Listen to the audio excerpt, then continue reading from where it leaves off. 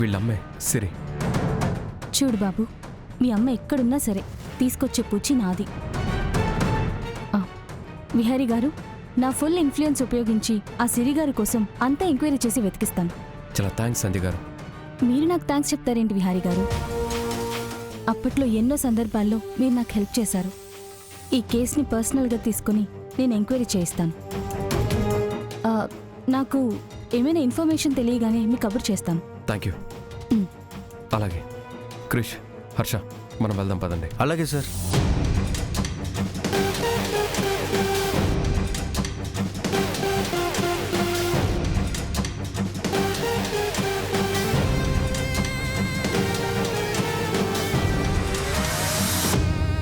Sir, నాకు మాత్రం ఆ శకుంతల మీదే డౌట్గా ఉంది. నాకు తెలిసి ఆ శకుంతల ఈ తప్పు చేయలేదేమో అనిపిస్తుంది. లేదు బ్యాట్మ్యాన్, ఆ శకుంతలే మా అమ్మకి ఎనిమి. లేకపోతే మా అమ్మకి ఎనిమిస్ ఎవ్వరు లేరు. ఎలా ఉందో, ఎక్కడుందో, ఏ పరిస్థితిలో ఉందో.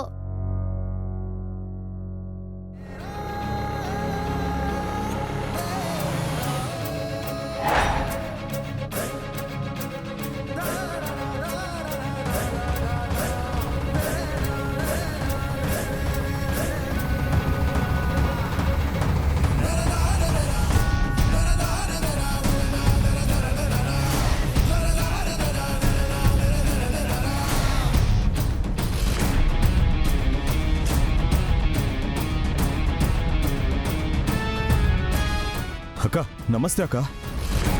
రే సిరి ఏడుందిరా? అక్క, ఆ సిరిని లోపల కట్టేసి బంధించాం. నోటికొచ్చినట్టు అరుస్తుంటే నోటికి ప్లాస్టర్ కూడా వేశామక్క. రే దాన్ని ఏ రూమ్ లో పెట్టావో చూపించరా. రాక చూపిస్తాను. పద.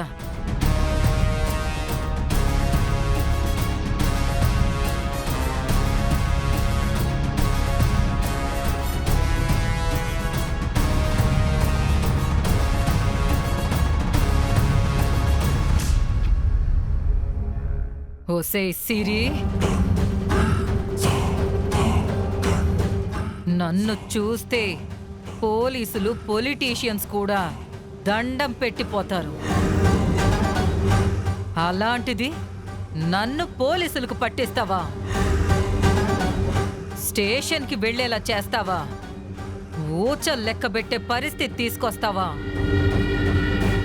ఈరోజు నీ అంతు చూస్తానే. నువ్వసలు ఇక్కడి నుంచి ఈరోజు ఎలా బయటపడతావో చూస్తాను.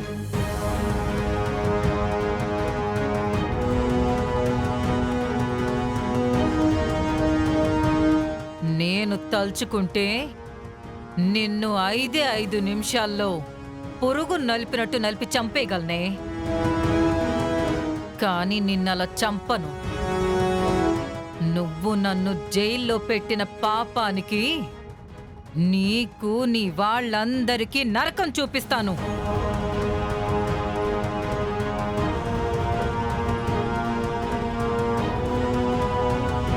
ఈ శకుంతలతో పెట్టుకుంటే ఏమవుతుందో నీకు, నీ వాళ్ళందరికీ, ఈ వైజాగ్లో వాళ్ళందరికీ తెలిసేలా చేస్తాను.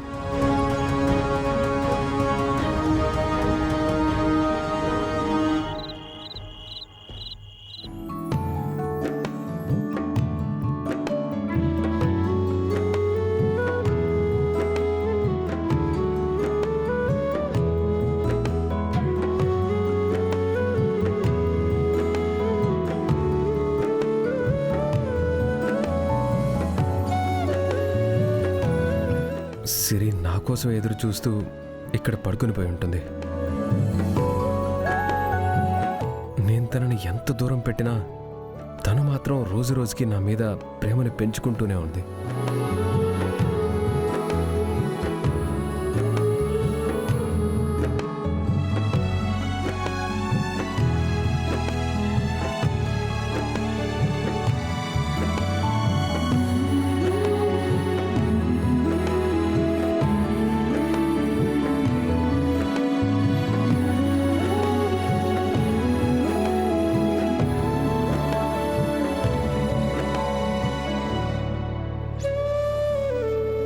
నాన్న వచ్చావా?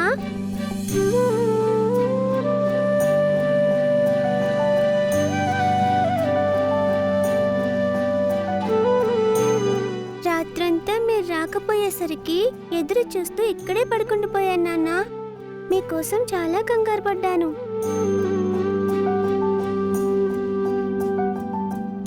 నాన్న, మీరు ఆఫీస్ పనుల్లో పడిపోయి సరిగ్గా భోజనం చేయకుండా సరిగ్గా నిద్రపోకుండా ఉంటే హెల్త్ పాడవుతుందంట నాన్న. ప్లీజ్ నాన్న, టైంకి వచ్చేయండి నాన్న.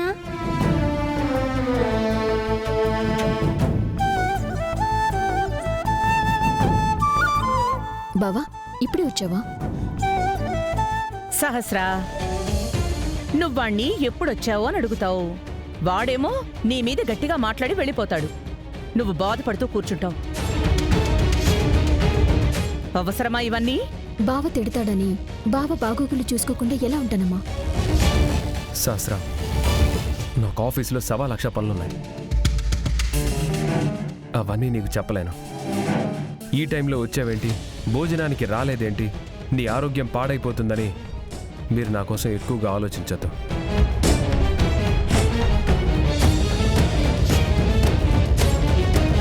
నేనేం చేస్తున్నానో నాకు తెలుసు, నేనేం చెయ్యాలో కూడా నాకు తెలుసు. ప్రతిరోజు ఇలా ఇంట్లో పంచాయతీలు పెట్టి నన్ను విసిగించొద్దు. నాకు మీకు సమాధానాలు చెప్పే ఓపిక లేదు. దయచేసి నన్ను విసిగించకండి. బావా ఏమైంది సహస్రా? ఏముంది పిన్ని, ఎప్పుడు ఉండేదే. బావని రాత్రింతా ఇంటికి రాలేదేంటని అడిగితే ఆఫీస్లో 1,00,000 పనులున్నాయి, అవన్నీ నీకు చెప్పాలా అని కోపడుతున్నాడు. విహారీ ఆఫీస్లో పడుకుని రాత్రంతా రాలేదా?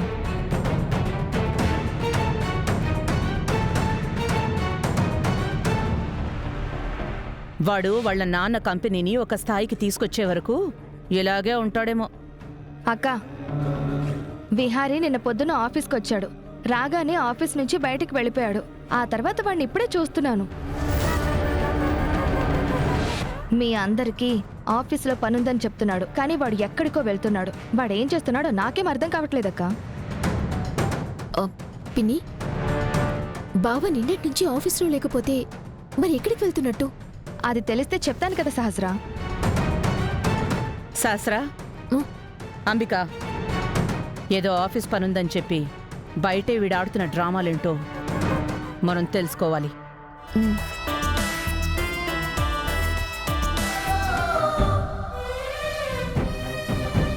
బ్యాట్మ్యాన్, మా అమ్మ నిన్నటి నుంచి కనిపించట్లేదు బ్యాట్మ్యాన్. నేను ఎప్పుడు ఇంతవరకు మా అమ్మను వదిలి ఇంతసేపు ఎప్పుడు ఉండలేదు బ్యాట్మ్యాన్. ప్లీజ్ బ్యాట్మ్యాన్, మా అమ్మ ఎక్కడున్నా సేఫ్గా తీసుకురావా ప్లీజ్.